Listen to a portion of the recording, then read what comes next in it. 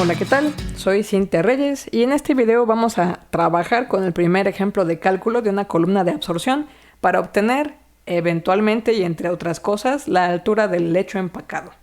Es el ejemplo más largo que hago en este curso, es el más detallado y normalmente en clases presenciales me toma un poco más de 2 sesiones, lo cual significa que en videos también lo voy a dividir, seguramente al menos en 2 videos. Comienzo explicándote las condiciones iniciales que tenemos. Tenemos 0.2 metros cúbicos por segundo como flujo gaseoso de una mezcla, 45% mol del contaminante SO2, 55% aire. El contaminante es mi componente A y es el SO2, y el aire es la parte inerte de la mezcla gaseosa.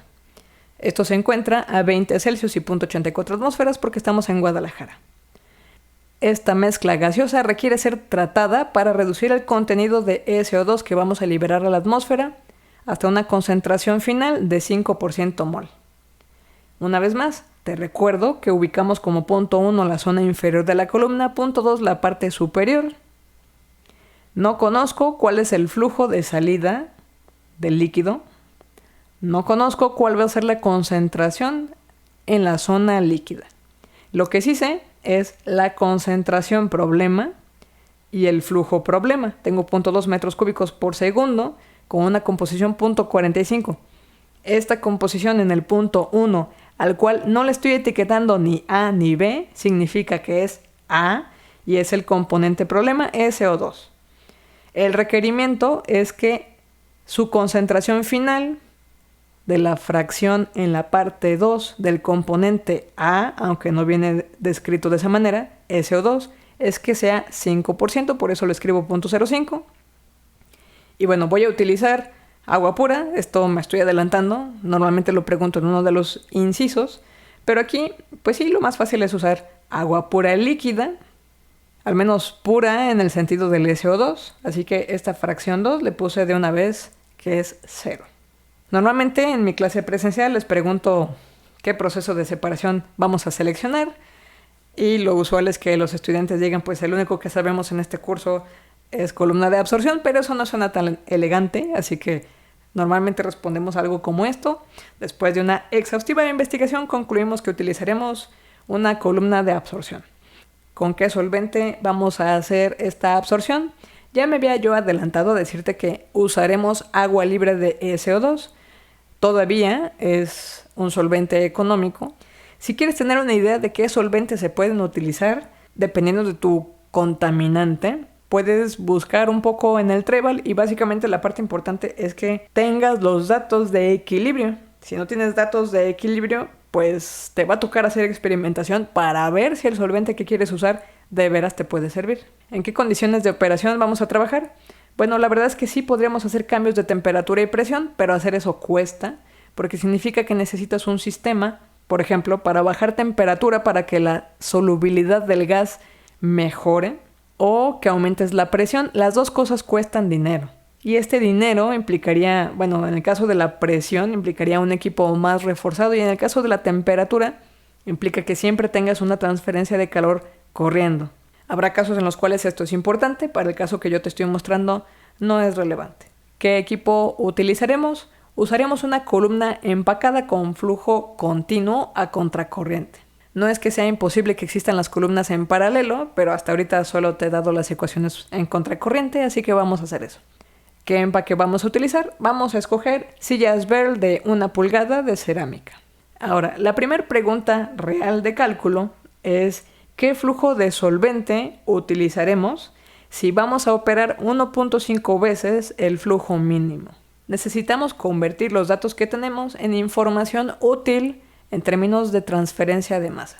Así que necesitamos el flujo molar en la posición 1 de la fase gas. Esto ya sabemos que es el flujo por la concentración total, así que nos regresamos a calcular la concentración total utilizando gases ideales. Yo aquí suele suceder que no le pongo unidades porque todo lo cambio a sistema internacional. Te invito a que hagas la revisión minuciosa de las unidades que yo estoy utilizando. Estos son pascales, esta es la R de sistema internacional, etc. Y bueno, el flujo total que me dan como primer dato del problema, te recuerdo, eran 0.2 metros cúbicos por segundo. Por eso es la magnitud que estoy utilizando aquí. El flujo gaseoso en la posición 1, flujo total, es entonces de 0.007 kilogramos mol por segundo. El inerte me va a servir a partir del flujo total 1 y la fracción conocida de A en la posición 1, obtengo cuánto es el inerte y es este valor. Para poder irme a identificar el flujo mínimo voy a necesitar esta gráfica que notarás es Y mayúscula contra X mayúscula. ¿Por qué? Porque solo en la gráfica de la Y mayúscula contra la X mayúscula la línea operante es una línea recta y en esta línea yo puedo ubicar las posiciones 1 y 2, que es lo que estoy haciendo a continuación. Base libre de solvente para 1, pues es una conversión simple. Para 2, conversión simple. Y bueno, si tengo agua pura, pues hay 0 de A, hay 1 de B y X2 es 0. Para poder continuar, evidentemente, en este gráfico yo tengo una línea de equilibrio que es la que puse en color naranja. Esa línea de equilibrio, en primer lugar, yo saco datos del apéndice de Jean-Koplis. Son estas primeras 3 columnas las que me da Jean-Koplis. Hago una transformación porque estoy trabajando en una presión que no es una atmósfera, que es el valor de referencia que me da ese apéndice. Así que aquí hago una conversión a los 0.84 atmósferas. Esta es la fracción en vapor. Y luego convierto estas X y Y minúsculas a X y Y mayúscula. ¿Cómo las convierto a base libre de soluto? Pues me voy renglón por renglón en Excel y alimento esta fórmula. Esta posición de este lado de mi línea naranja son las coordenadas X2, Y2. La condición del problema es Y1, es 0.82. Quizás yo debía haber trazado aquí la línea vertical de la condición. No lo vi necesario. Y con un poquito de prueba y error en Excel, yo hago mi trazo de esta línea anaranjada de manera que toque justamente mi línea azul. Mi línea azul es la de equilibrio en una gráfica Y contra X mayúsculas.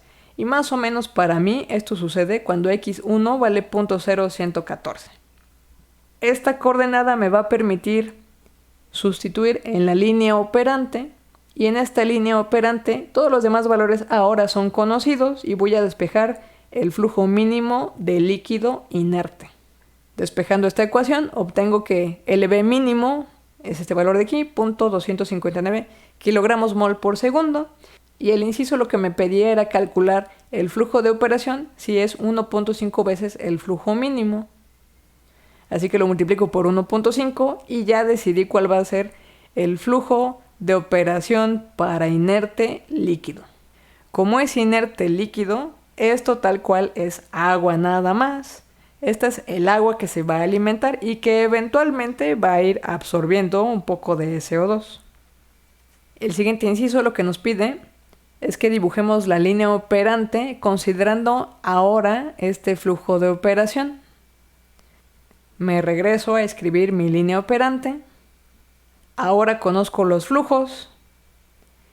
Sigo conociendo Y2 y X2. Conozco X1 que es una condición. Y a partir de aquí voy a despejar el correspondiente punto X1. Lo despejo y entonces ya tengo mis 2 puntos para poder hacer mi trazo en Excel. Esto también, si estuviera haciendo el gráfico a mano, pude haber sacado la pendiente y con el punto de acá, que sigue siendo el mismo, trazar esta ecuación. Lo que te resulte más fácil hacer está bien. Y bueno, la línea operante real ahora es esta, pues es gris. En principio yo la veía lila, pero seguro algo le cambié y ya cambió a otro color que no tiene nada que ver con el lila, pero bueno, no importa. Esta sigue siendo una gráfica Y mayúscula contra X mayúscula, por eso las líneas operantes son líneas rectas. El siguiente inciso lo que nos pide es que pasemos esta línea del diagrama mayúsculo, por decirlo de alguna manera, a un diagrama Y minúscula, X minúscula. Voy a utilizar el despeje de las mayúsculas ahora para obtener valores minúsculos. Yo ya sé cómo se va a comportar esta línea gris. Esta línea gris tiene esta ecuación de la recta. Así que lo que yo hago es que le di valores de X mayúscula. Con esta ecuación ahora despejé las Y's, lo que correspondería a Y1, para obtener esta columna. Y luego estas dos columnas, utilizando estas fórmulas que son los despejes de la base libre de solvente, obtuve las X minúsculas. Y si todo va bien, tu gráfico Y minúscula contra X minúscula se debería parecer al mío. Notarás seguramente que yo no estoy utilizando todos los valores del equilibrio. Desde un principio yo tengo en amarillo solo cierto rango de valores. La razón de esto es que yo ya sabía que no necesito desde 0 al 100%. Yo sé que mi columna va a existir del 0% en X a una concentración indefinida. Ok, en X no sé mucho, pero sí sé que en Y necesito tener del 45% al 5%. Por lo tanto, solo necesito un valor adicional en el equilibrio de los que estoy mostrándote para asegurarme de que mi columna va a caber en este gráfico. Todos los demás valores que están de este lado realmente no los necesito. Una de las preguntas frecuentes que no me quise detener a mostrar en estos gráficos, cuando yo aplico las ecuaciones, bueno, en primer lugar notarás que cuando hago el ajuste de la presión vapor o fracción en el vapor para 84.84 atmósferas, aquí yo me paso de 1. Esto ya no tiene sentido. Este dato ya no me sirve. Y más importante, cuando estoy hablando de una fracción libre de soluto, de repente empiezan a salir valores bastante extraños. 1, 4. Bueno, es que estas no son fracciones mol normales. Son fracciones libres de soluto. Están definidas de manera distinta. Así que no hay por qué alarmarse, aunque aquí den resultados que de repente uno podría pensar que no tienen sentido. Nos vamos a quedar en este inciso, que es determinar el área seccional de la columna cuando se encuentra justo en la inundación. Como la inundación sucede en la parte inferior de la columna, entonces vamos a utilizar esta zona y los datos de esta parte, los datos 1, para poder hacer el análisis. El agua, bueno, al agua no le va a pasar gran cosa, aunque absorba un poquito de SO2. Quiero que veas las dimensiones que tenemos en X. Son valores muy chiquititos. Por eso es que ni siquiera me preocupo. Y le pongo densidad del agua líquida, la de toda la vida, ¿no? 1000 kilogramos por metro cúbico. Lo que sí voy a ajustar es el peso molecular del gas, considerando la posición inferior de la columna. Ya sé que en la parte inferior de la columna es 45% SO2, 55% aire.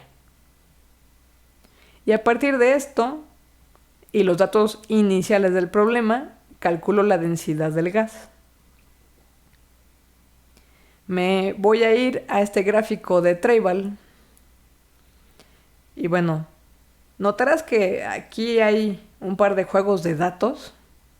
Lo que estoy buscando despejar está metido en los valores comita. Estos valores comita son flux másicos. Este de aquí tiene un flux másico sobre un flux másico, así que afortunadamente, aunque yo no conozca el área, se van a anular mutuamente. Y de aquí conozco todos los términos entonces. Si conozco la densidad del líquido, si conozco la densidad del gas. En la posición 1, si conozco además cuánto es el flujo gaseoso, que es de las primeras cosas que calculé para este problema. G1. De este término tengo un flux másico solamente del gas. Entonces aquí va a aparecer el área seccional. Esta es la que voy a despejar. Por eso notarás que yo de una vez ya tengo una línea un poquito chueca, anaranjada. El dato con el que entro a la curva es este, del que conozco toda la información. voy a irme a buscar la curva de inundación aproximada y a partir de ahí voy a hacer una lectura para obtener el valor de aquí y despejar ese, que es el área seccional. De la abscisa, y recordando que en estos gráficos estamos hablando de flux másicos, hago la conversión utilizando las masas moleculares. La masa molecular del gas la acababa de obtener. Y bueno, como te prometí, las áreas se eliminan mutuamente. Haciendo este cálculo obtenemos un valor de 0.88, por eso más o menos por aquí nace la línea anaranjada. Llega a la inundación aproximada y más o menos aquí es 0.035. Está bien, si tú difieres en tu cálculo con respecto a lo que yo tengo, no pasa nada. Este es el término que ofrece el gráfico, lo igual a 0.035. J sobre GC es igual a 1 junto, si estamos hablando de términos en sistema internacional, por eso aquí ya ni siquiera la pongo. Y bueno, todos los demás valores son conocidos. Esta es la viscosidad del agua, densidad del gas, densidad del líquido. Esta CF la obtengo específicamente para las sillas Bell de 1 pulgada. Lo obtengo de una tabla del Treival y es un valor de 110. ¿De cuál página del Treival? De la página 220. Despejo el flux másico de G, que es este valor de aquí, y por análisis dimensional voy a despejar el área seccional y es este valor de aquí. Hasta aquí voy a dejar este video, esperando que sea razonablemente claro el cálculo. Quizás voy un poco rápido porque siento que estos ejercicios son demasiado laboriosos. Aún así, espero que si los ves con calma, puedas irme siguiendo el paso. Aprovechando que tengo tu atención, te invito a que conozcas mi canal de divulgación de ciencia, cuya tarjeta te muestro en este momento en la parte superior de la pantalla.